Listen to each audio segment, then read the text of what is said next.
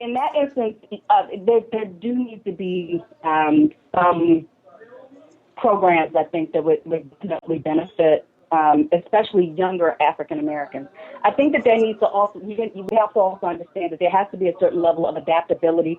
This is not new. The country goes through these cycles all the time where an industry shuts down, whether it's a plant or whether it's munitions or it's, we were having a heavy war industry to plants in Detroit with the car industry and things like that. At one point, we went through an entire boom where every black person wanted to go into computer programming because we were moving into a technological age, only to get those degrees and then 2 or 3 years later understand that the system were changing so quickly that you could not keep up with it. This is something that would have to go back to a retooling that a lot of us experience. The vulnerability is really simple.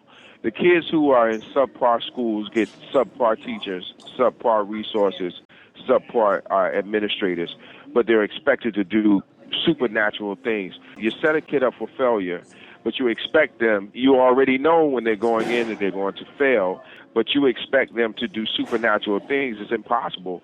They don't have the right tools to be successful from the beginning. Yes, I believe that there is a failure. Yes, absolutely. Because the skill sets, our children, the needed skill sets starts in early education. And, when you start dealing with,